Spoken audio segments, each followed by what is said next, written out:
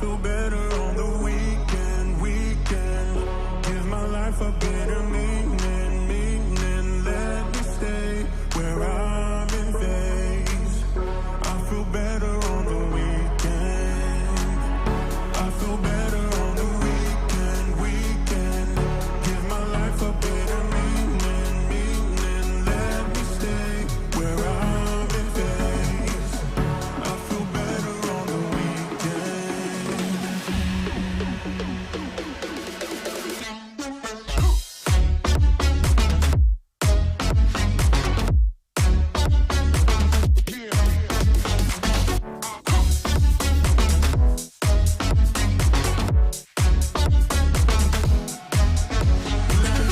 Lose control, get away. Lose control, someone ever may. Lose control, get away. I feel better on the weekend.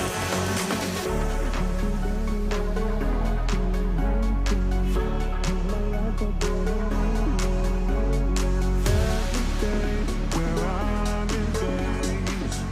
I feel better on the weekend. I feel better on the weekend. Give my life a better meaning. Let me stay where I'm in phase. I feel better on the weekend. I feel better. I feel better. I feel better.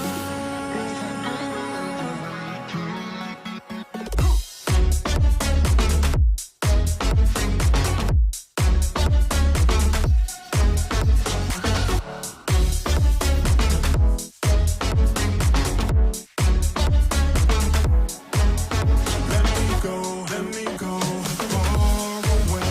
Let me go where my memories stay. Let me go far away.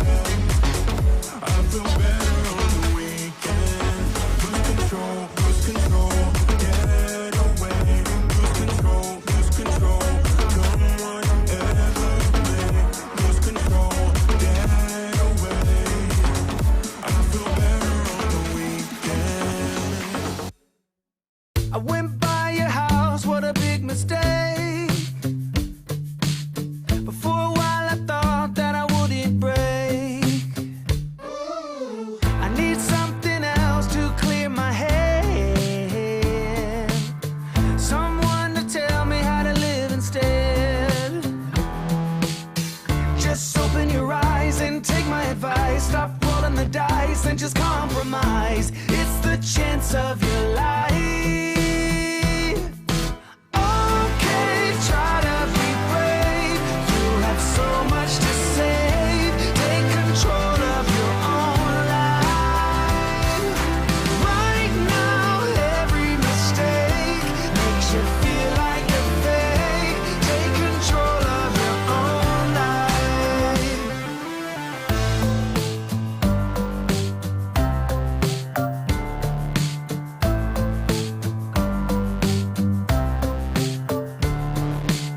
Without any thought, I keep moving on. I don't even care if my soul is gone. So many words that I should have said. Not concerned about how to live instead. Just open your eyes and take my advice. Stop rolling the dice and just compromise. It's the chance of your life. Okay, try to be brave. You have so much to save. Take control of your own life. Right now, every mistake makes you feel like a fake. Take control of your own life. Nothing in life is good. Tied in with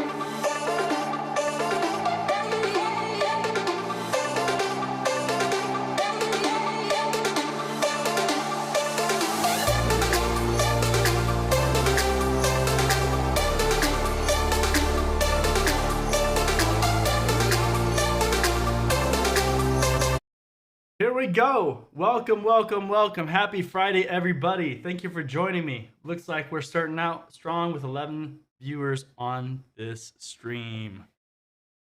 Where are you currently? What part of the world? Let me know down in the chat box, and let me know what time it is where you're at as well.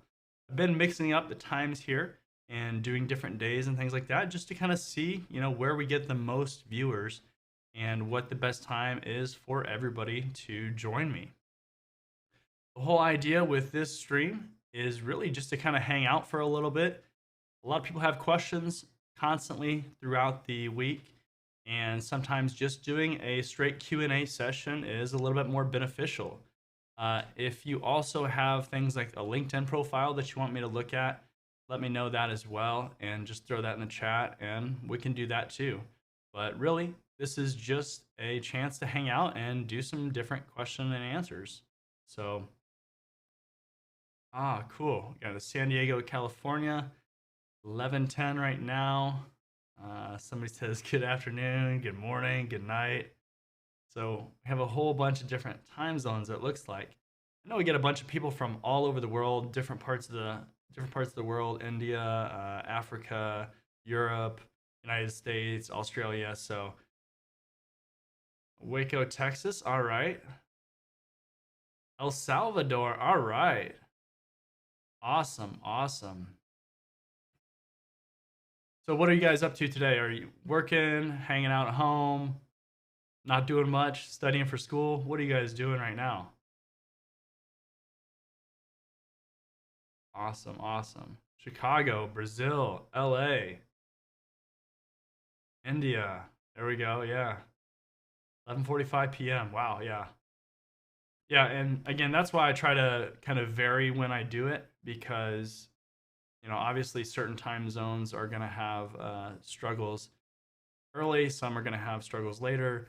So definitely just try to mix it up so everybody can get their questions in. Of course, if you have questions and you don't get them answered here, or if you think of something else later, you can always throw it in the comments of the videos. You can join me on the Discord server. All those links are down in the description as well. You can also, on my website, I have forums for members on there as well. So you can throw questions in there too. Knocking down tickets. All right. Joining me for entertainment while you're doing that. That's awesome. I know what that's like, for sure.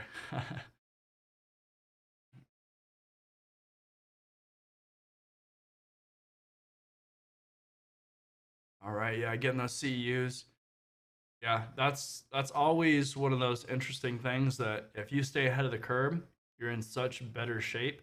And if you wait to the end of the year, some people wait to the very end and then they just have to do webinar, or a bunch of trainings at the end. I'm a huge fan of doing a training that covers those if you can. So things like SANS or whatever, where you get certifications along with it, but the training, it covers your whole CEU or CPE requirement, especially when you start doing things like the CISSP and the actual requirement of credits goes up. So 120 over 3 years, that can really be challenging to get all those in if you don't, really stay on top of it.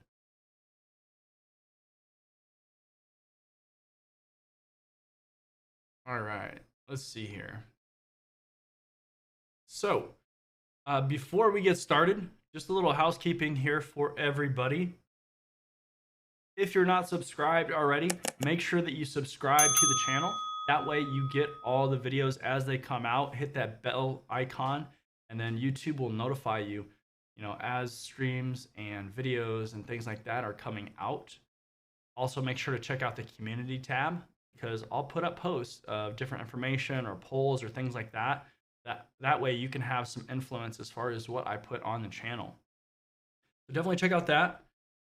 Make sure that you check out my YouTube membership program. So right below the video, there's a join button that you can hit, and that will show you a video kind of outlining what the whole membership program is about. Check out the different tiers. because based on the tier that you sign up for, you can get different perks that are unique to that tier. And then, of course, the higher tier that you get all the perks from everything below it. But I definitely put up some members only, members exclusive content in there.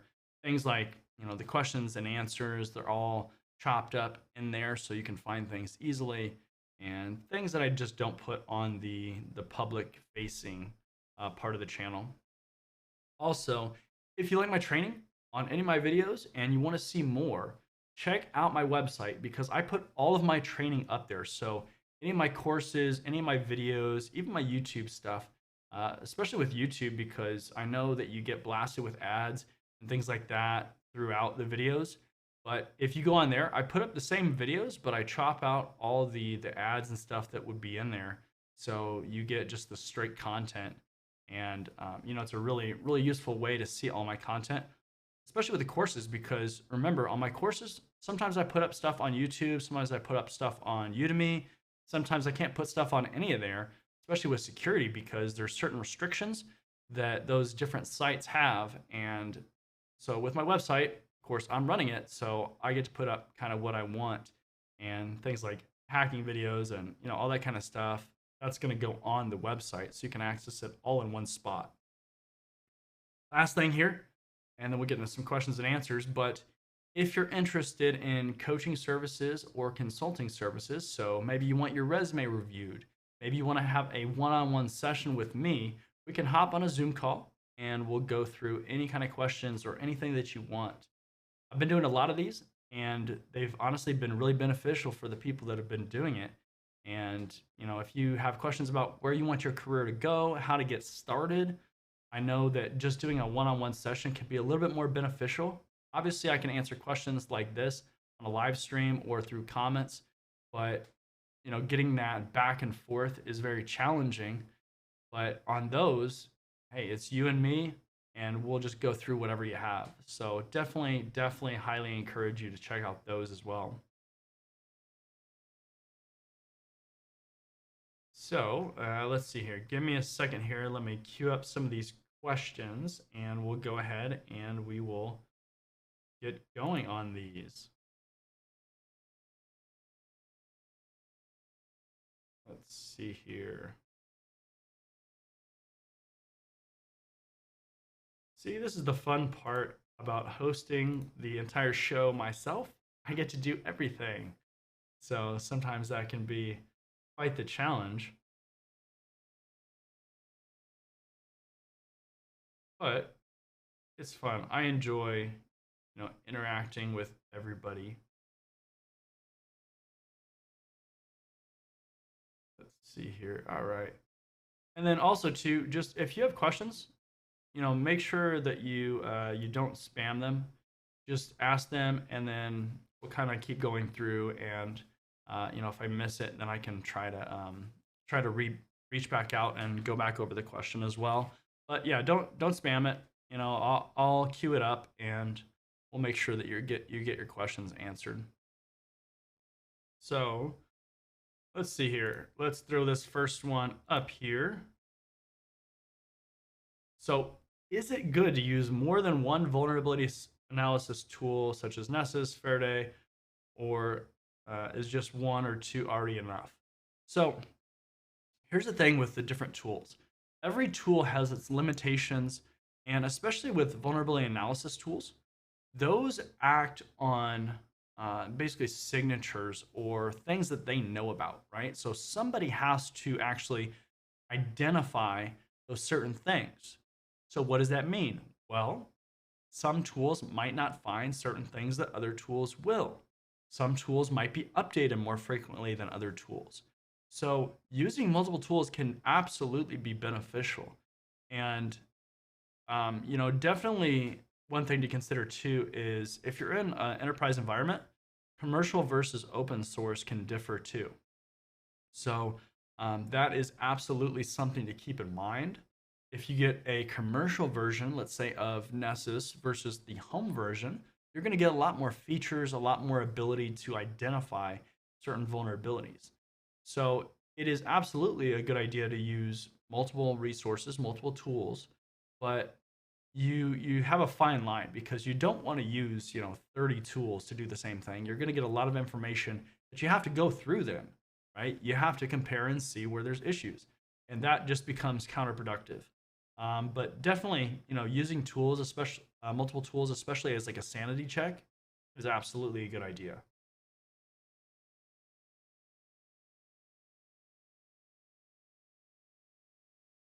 Let's see here. Hey Raymond, how's it going? I'm doing well. I'm doing well. It's Friday. All right. Let's throw this next question up here. So, what are your thoughts on a BS cybersecurity degree? Well, so here's the thing with degrees in general. Degrees in general are great, right? Because there's a lot of benefits that come from that. There's the whole social aspect, there's the soft skills development aspect of things. With degrees, that's something that you get that it can't be taken away, right? It's not going to expire. You're going to get that on your resume. A lot of companies like you to have degrees.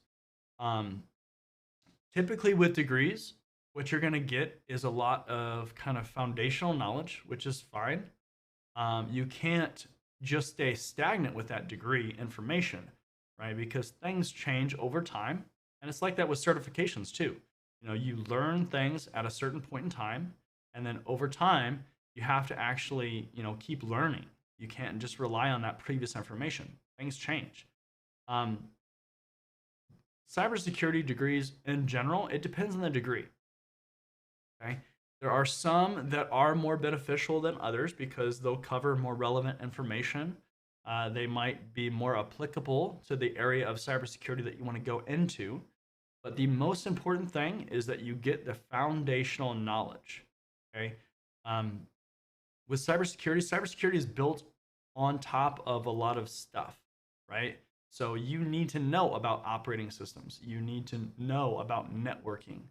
And if you have a degree that doesn't give you that baseline knowledge, that degree isn't that valuable because you're going to have to go back and learn that information that you really should have been learning as part of that cybersecurity program, right? Because if I know how to, let's say, secure or configure some random thing, whatever, some technology, I don't really know how that actually works or operates with everything else. That's not that valuable of a skill. Like, anybody can read like a walkthrough or a configuration guide or something like that. But what if they have to make decisions on how the security is of that application, or maybe there's a certain setting where developers don't want that turned on because of whatever reason, but it's a security setting. You have to make that risk decision. But if you don't know how everything works together, then you're not going to be in the position where you can actually make that call. So, degrees are good, and cybersecurity degrees definitely have been catching on lately. The last, let's say 5 years or so, they've been increasing at how many programs offer them. But I would say just really evaluate the different degree program. But definitely if you have an interest in cybersecurity, it's great. A lot of people don't tend to use a lot of the information they learned in their degree programs, just because usually it's like a very small set of what you need to know. But I'm definitely a fan of them.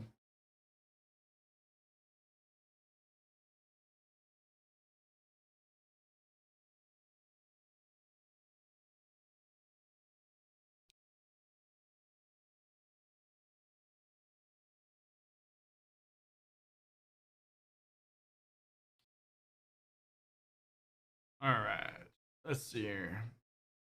Next question. All right, and the next two are kind of related, so I'll just do it as one. But learning PowerShell. PowerShell is awesome. You need to know it for cybersecurity. You need to know Bash. There's all these little things that you need to know. PowerShell can be useful for a lot of different reasons: checking configurations, looking at logs. There's all these kind of useful reasons why you want to know PowerShell. But if you want to know PowerShell, let me give you this. Let's see here. So one thing that's recently happened is I became an Amazon influencer. Yeah. And so basically, it's going to make things a little bit easier for me to do things like creating lists of recommendations. So, like books or study resources or whatever the case is. So, the reason why I'm bringing that up is because I'm going to put this link into the chat here.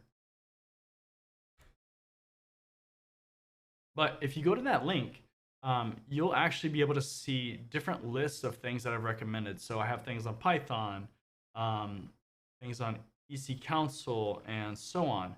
I know that doesn't necessarily directly relate to this PowerShell question, but the reason why I'm putting that in there is because that gives me the idea that I actually need to create a list for PowerShell. But let me show you let me give you the book here that everybody basically recommends to learn PowerShell. I can actually answer the question.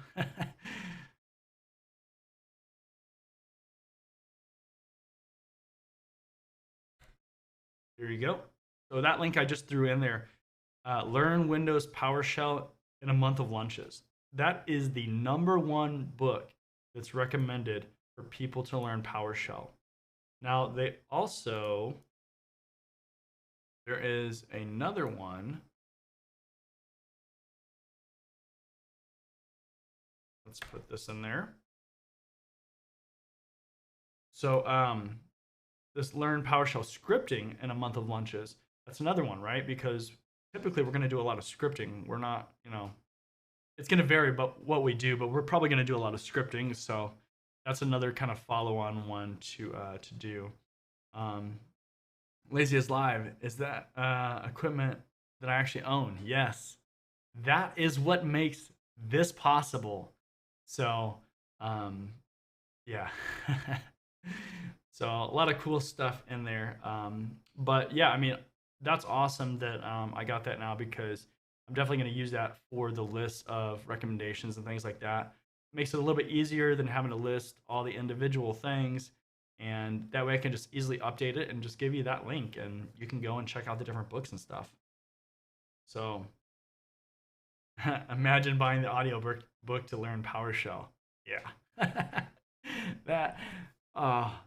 That would, yeah, that would not be that enjoyable. I don't know how much you'd actually learn. I mean, you'd have to be learning it and have the hands-on keyboard, and maybe you can learn stuff then. I don't know. That seems like that would be very challenging. But yeah.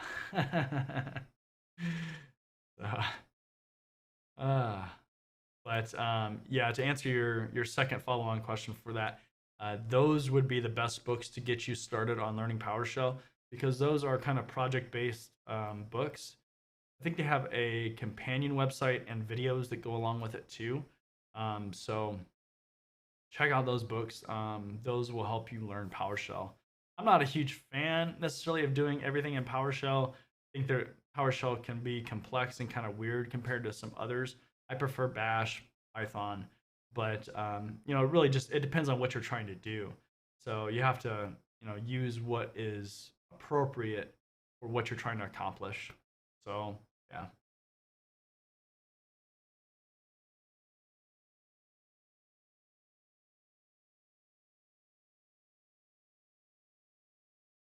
Yeah, it looks like some people agree with those books too. So, like I said, I mean, a lot of people, those are the books they use.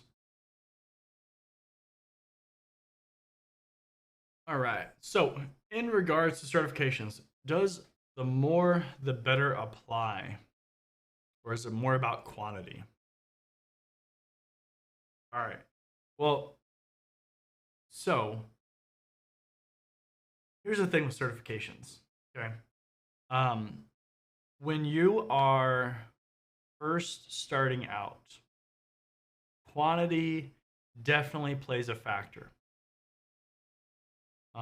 And that's because a lot of people, initially don't have experience, and it's challenging to actually prove what you know.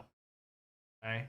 So initially, more is better. Okay. Um, the further that you go in your career, quantity becomes a lot less important, and it becomes about quality, what you know, and what you've done. Okay. So, and I don't want to go too far into this because I have some other content around this that I want to put out there just to kind of show you a little bit more in depth. So definitely, stand by for that. That'll be coming. That'll be coming out in the future. But it really, it kind of tails off really the importance of certifications in general. The later you get in your career, because it becomes more about your track record than it does about necessarily the certifications. If you have 15 years of experience, let's just take penetration testing, right? So initially, how do you break in? I mean, you need proof. You need something. You need, like an OSCP or a really good bug bounty profile. When you get down the line, 15 years in, let's say, and you're still a penetration tester, it's going to be about, what have you done? What kind of, what kind of research have you done? So the certification importance, it just goes down the further you get in your career. It's just how it is. And I would say that's especially true if you are staying in the same area of cybersecurity.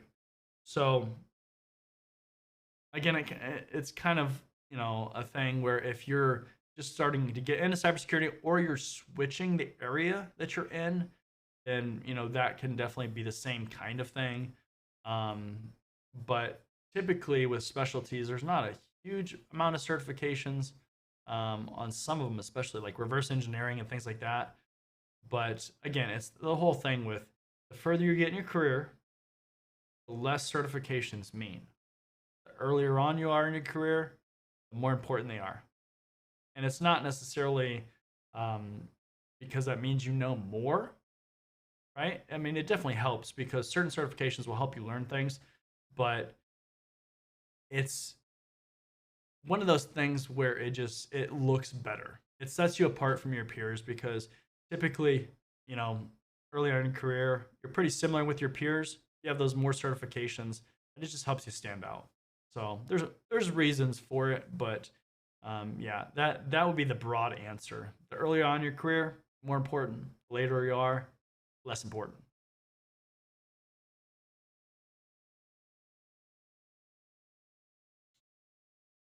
So, computer science based knowledge is more important for cybersecurity than anything else. Yes and no. It really depends.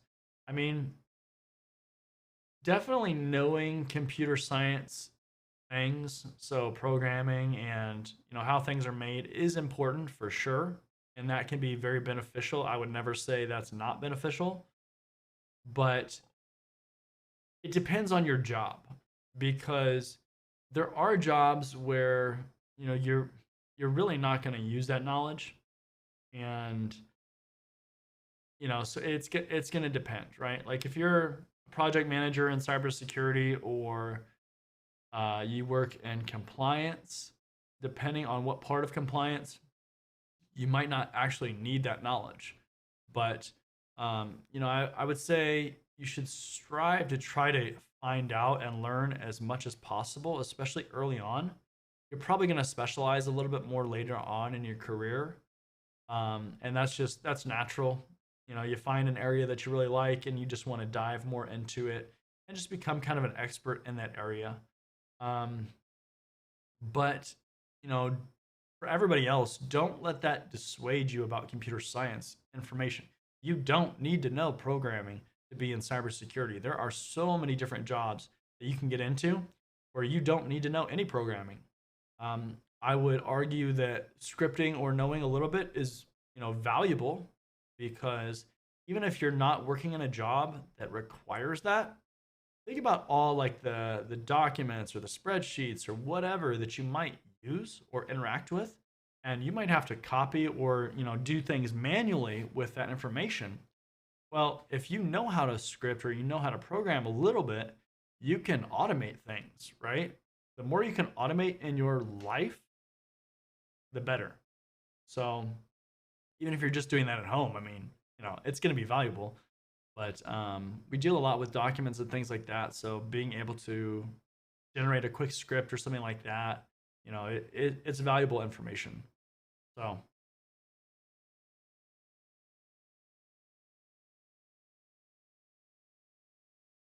right, let's see some more questions here. Let me look back through here. Add some more of these to the queue.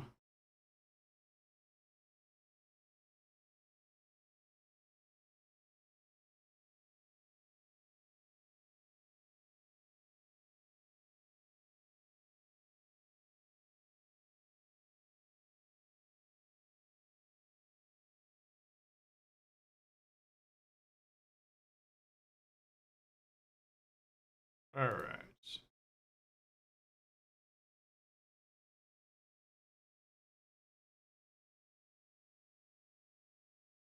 Throw this up here. So I want to work as a Windows penetration tester. What's your opinion for first in this major?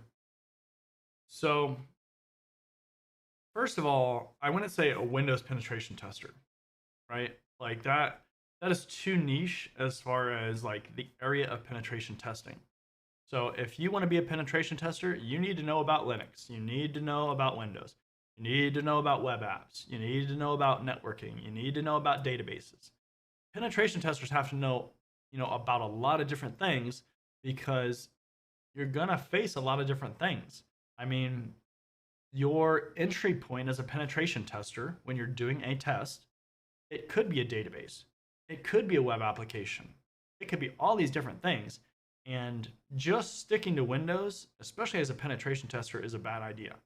That will not set you up to get a job as a penetration tester because they're going to tell you the same thing. You need to know more.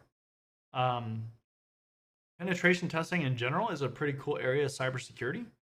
As far as the jobs, a lot of the jobs for penetration testers are at consulting companies because a lot of the requirements for compliance frameworks require an external third-party vendor or company to come in and perform the test and certify or attest that you've actually, implemented security. Companies in general that have penetration testers are, generally very limited.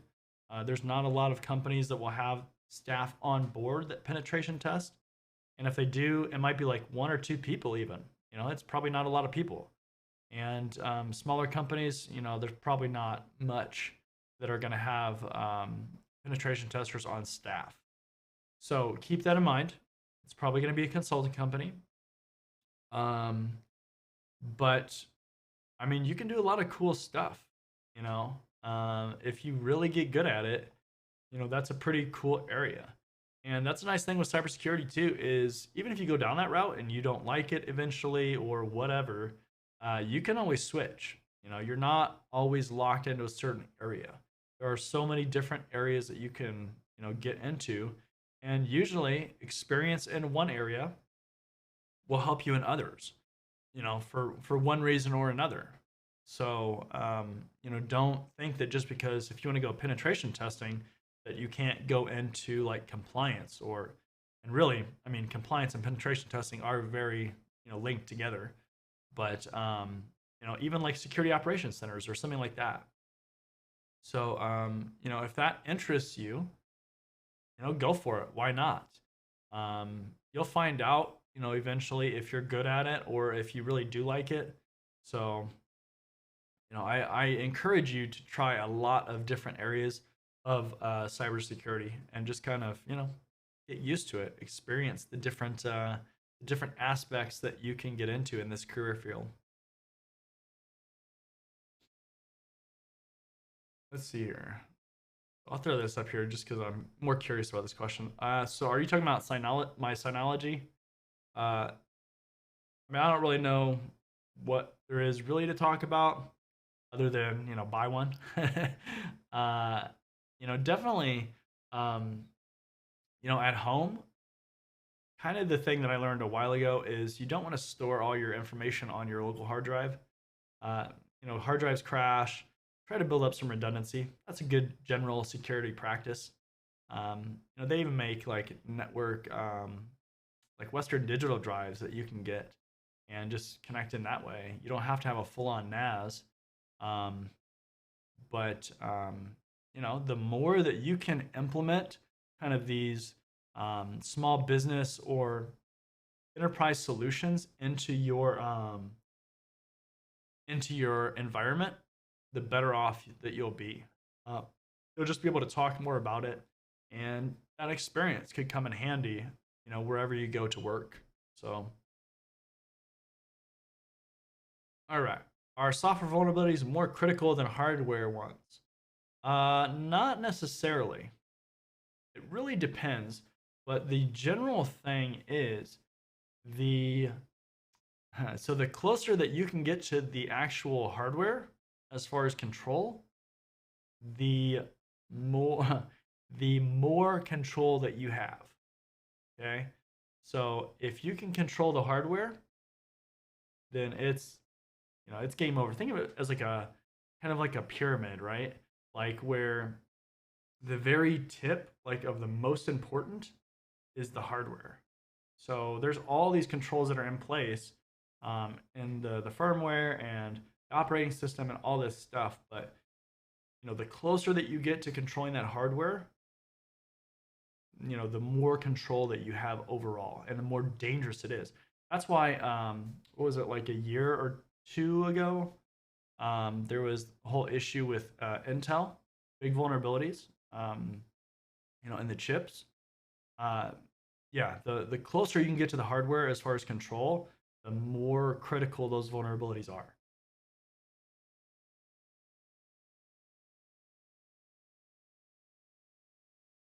All right. We are just working through these questions. I love it. Thank you for joining me, everybody. I'm glad that you're joining me on your Friday here, because I know that there is a lot of other things that you could be doing. Let's see here. I am just going through here, adding some questions to the queue. Again, I'm doing this as a solo person, so I got to work through all the questions as I can.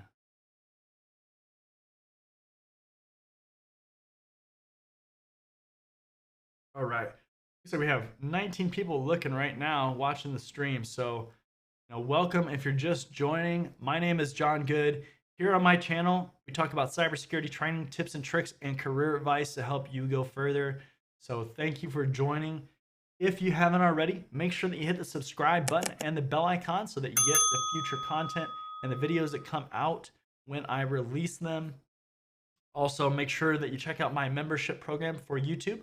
There's exclusive content that goes on there. Hit the join button down below and you can find out more information about it. Check out my website. I put all my courses, all my training, all my videos without advertisements on my website.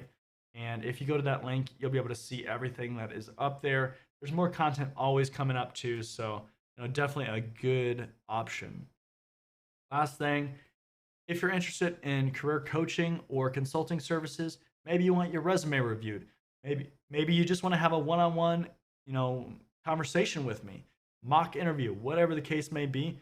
Check out my website at that link, and you'll be able to sign up for those as well. A lot of people have been signing up for them, and I appreciate all the support that you have been giving. And I've really enjoyed those. Those give me a lot of information about where people are at, and just a general way of helping people directly one-on-one. So again, we hop on Zoom calls. We go on the video so you can see me and my face live, and I'm talking directly to you instead of talking to the masses. So yeah, definitely check those out. Let's see here. We got more questions, so we'll go for a little bit longer. We're not going to go too much longer.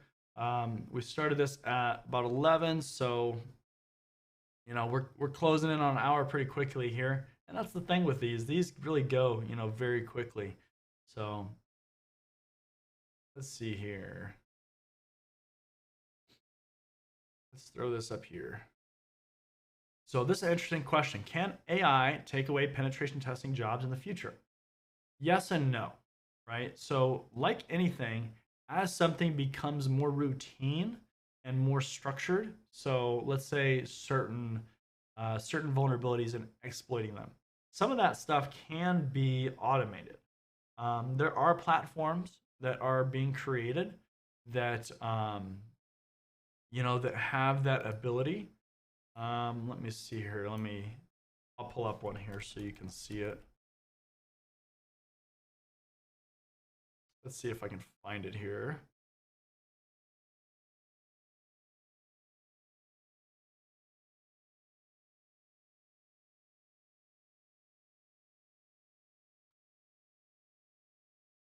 So let me put this in the thing here. So something like that I just put in the chat from Bishop Fox. There's programs like that and services like that, and so there are ways of kind of streamlining or automating some of this stuff where it does take away some of those opportunities for you as far as getting into those kind of roles. But it also creates other roles, right? Like it just kind of shifts where you kind of focus. Um, and that's not to say that, all penetration testing is going to go away, but kind of as things evolve, um, it kind of shifts. And that's like that with a lot of different things. But it will never completely take away the penetration testing role. There are always, so with penetration testing, one of the things that can't always be automated would be like testing business logic. Um, some things require, a human to kind of think about it and kind of put the pieces together and analyze it. As far as artificial intelligence, I mean, we're definitely not there yet where that can all be automated. And I don't think that that will probably ever happen. We're not going to have a Terminator situation here where robots take over the world. It's just not going to happen. Um, but and that's kind of a thing too. Like if you're thinking of some kind of niche area to go into, that's kind of an interesting area to think about, right? Like maybe you get really good at programming and artificial intelligence, and you want to find a way to automate some of that stuff. If you can do unique and creative things like that, that's creating a new job for yourself, but it's also creating something that is very lucrative for companies or, certain teams. So that's kind of an interesting thing. But I don't think it's gonna, completely take away penetration testing jobs.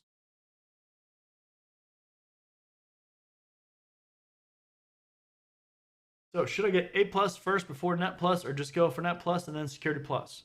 So the value of A plus is to get a help desk job. That's it. Okay. I mean, obviously you learn the information, but outside of a help desk job, there's not going to be jobs that are going to want an A plus. Like you're not going to get a network admin job probably that's going to ask for A plus. They might want some of that knowledge, but they're not going to ask for that certification because it's just not. It's not a requirement really. The A plus is really meant for a help desk job to get you that entry level first IT job. So if you don't have an IT job right now, there's value in trying to get that A plus job and then try or A plus certification and then try to get that entry level job and then go from there. Now, if you're going to do that, I would start applying right away. Don't wait. Do not wait to pass the certification. Start applying, and then if you get in, you might not need to actually get the certification. You can just move on. I've never used A plus knowledge really, right? I never got the A plus. I didn't need to. I got a security job and then I just didn't need it. Yeah, it has value, but once you get into the field, it's not going to be something that you're probably going to look at.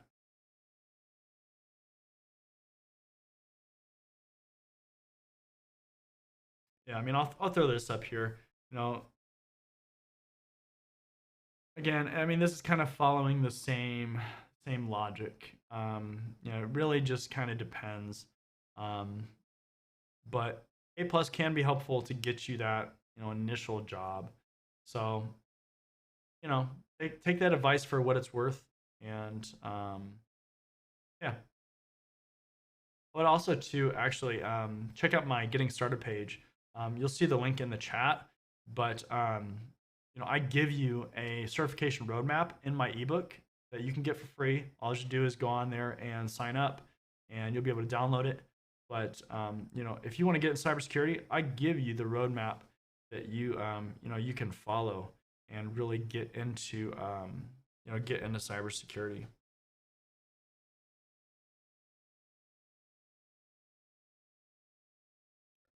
Getting blown up on my phone here, so I'm going to silence that because that's annoying.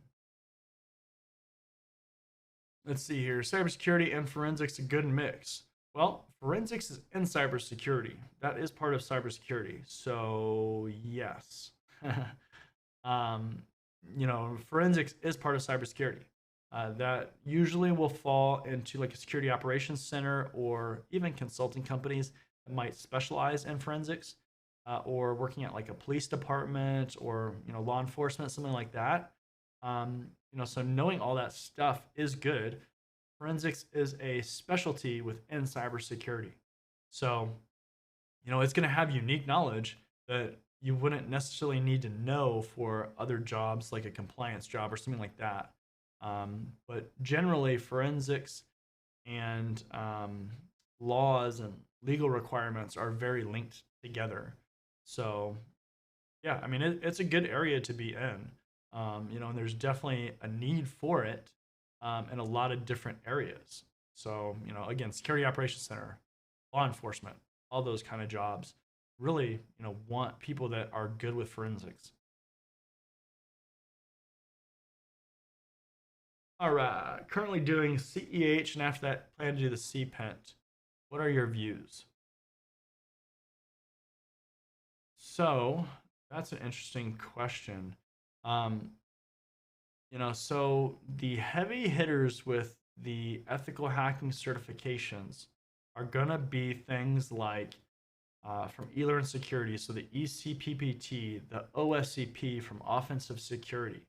If you want to get into penetration testing, you have to go after those. At least one of those, the ECPPT from eLearn Security or the OSCP, preferably both. The others are okay, and depending on if there's a need or if you're in a certain part of the world where those show up in a lot of job postings, there is value in getting those, or if companies are contractually required or whatever. But if you really want to be a penetration tester and you want to get into one of those dedicated roles, you have to get those other certifications that I just listed. That's just how it is. Those are the ones that people want, that companies want. And if you want to do that, you have to start working towards that. And those are practical certifications for the exams, but you have to start working towards those.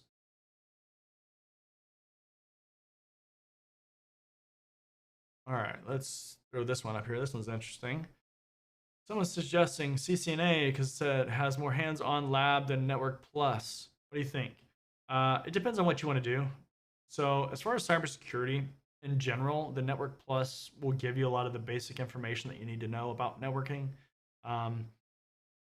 If not everybody's going to deal with Cisco equipment, basically the thing with CCNA is that the CCNA focuses a lot on the command line of the Cisco equipment, and the operating system, the iOS is what it's called. And, so it definitely can be beneficial knowledge for sure, but it's not necessarily required. because again, a lot of people aren't going to deal with Cisco equipment directly. Probably going to be a network engineer or somebody that deals with that. Unless you want to go that route, and that's cool too. Then you have to learn that stuff. And definitely as far as labbing, because you have to know the Cisco CLI, the operating system, it does just naturally have more labs associated with it. Network Plus is vendor neutral, so it's going to focus on things like knowing trace route or IP config and like these kind of standard baseline tools that you can use. And we'll get to why that flashed here in a second. Sorry, it surprised me a little bit. But that's for a super chat. So if you want to do a super chat, that's what you get. There's also another one if you join the program. So join the membership program on YouTube. But yeah, definitely, the Network Plus is very baseline as far as the labs and things like that you can do. The CCNA is going to have a lot more labs associated with it. It's just how it is. So, it can be more enjoyable to kind of learn that stuff with having labs. But the CCNA is also going to be harder. So, and on the exam itself, from my understanding, they went away from doing the actual, hands-on kind of labs. They used to have where you could go in there and you get a CLI, a command line, and you'd have to actually, do that. So,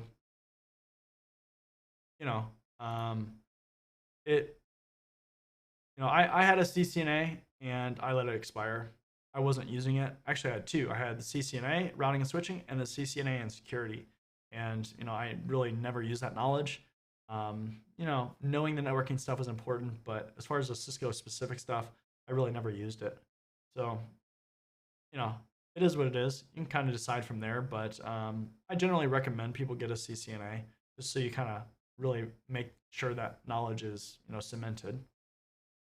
All right, so super chat. Thank you, AAE. As you saw, those green lights flashed again. That's what happens when you.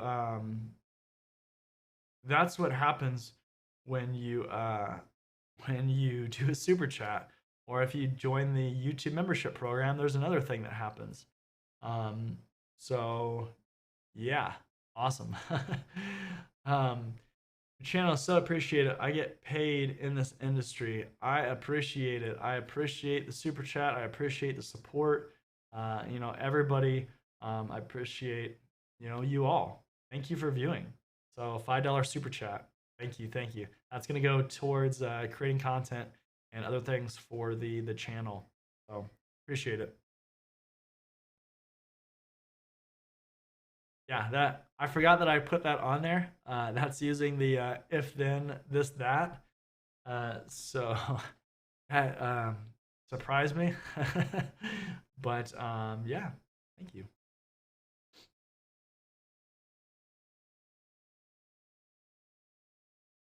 Let's see here.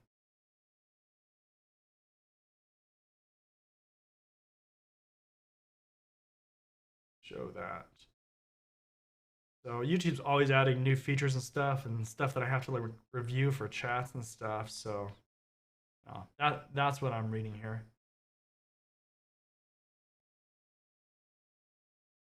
Let's see here.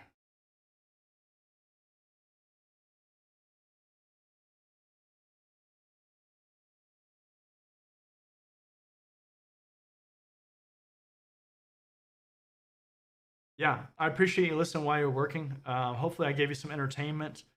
A lot of different stuff, content coming out. So, I appreciate you taking the time while you're working to listen, and everybody else, that's listening. You could be anywhere else. You could be watching any other YouTube videos or live streams, anything like that. But thank you for viewing here. Looks like we got a few more questions here. Let's throw this one up here. Just taking a look at Heath Adams' new training, CPEH, for $3.99. What are your thoughts on the CERT learning material? So here's the thing. I like a lot of the new creators and new training that is coming out. of the industry. I think one of the issues with a lot of the old training was it became stale and, not always a lot of effort put into the training. And I think especially sometimes with people that are newer to the area, right? Because he's relatively newer to penetration testing in the area. I mean, not like brand new, right? But like he hasn't been in it for 20 years. Um, so I think it's valuable to have that fresh perspective on how things actually work.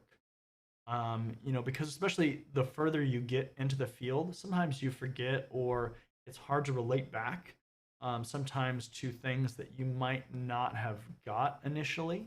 Um, and I think that's with any area. Um, but I haven't had a chance to look specifically at that. Um, One thing that I'll say, like as far as price, I mean, I think it's fairly reasonable. Um, and we just got another super chat. Thank you, Anaya Core. Thank you for the super chat. $5 super chat. Thank you. Um, so as far as the training, I think it's reasonably priced. I think that's one of the issues with a lot of the other trainings that have been out there historically is they try to really ramp up the cost.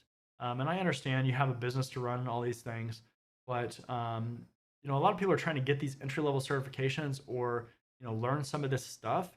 And if you create some of those barriers, especially on the entry level part of it, that can be destructive and that keeps people out of the area, out of the specialty.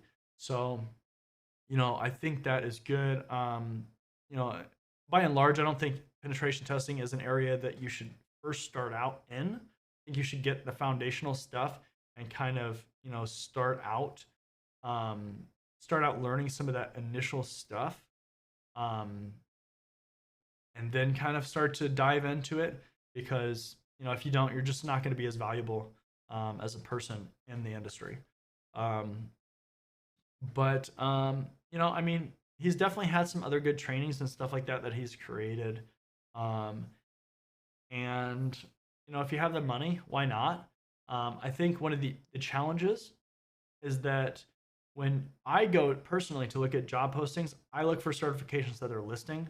So I think that's not going to show up because that's going to be kind of an evolving thing. And good on him. Hopefully that turns into something great. But I typically look at things that show up a lot first, just because it is a knowledge thing. Like you want to get the knowledge that's important, but it's also a game. You have to get things that people want. So that's how it is.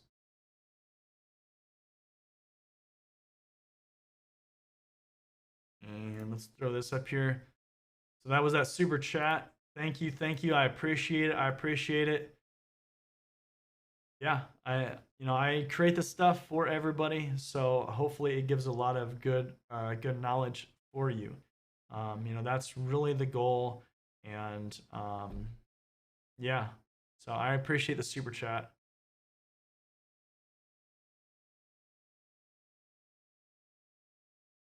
Let's see here. All right, so we've been going at this for about an hour, just over. Looks like an hour and 3 minutes. Thank you everybody for joining me. I think we're about to wrap it up here in a minute, but I got a few things that I got to handle. Of course, it's Friday, right? We got to get ready for the weekend. Woohoo, party! No, but really, I appreciate everybody for joining me. Just wrapping it up here. If you haven't already, make sure you subscribe. That really helps out the channel. Hit the bell icon. That way you get new content as it's coming out. There's a lot of new content that I have planned and that's going to be coming out.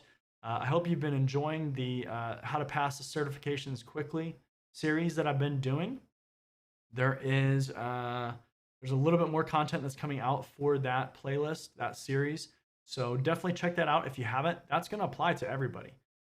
This field is about getting certifications. So check that out. If you haven't already, make sure that you hit that join button below and check out the membership program for YouTube. There's exclusive content. I also am taking these live streams with the questions, chopping up the questions and putting them on there so they're easy to find.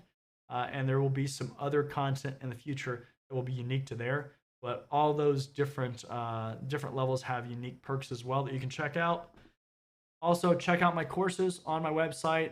Everything that I make goes up on there. So the courses that I put on Udemy, the videos I put on YouTube, the courses I put on YouTube, even some exclusive content that is not on YouTube. It's not on Udemy, not anywhere else.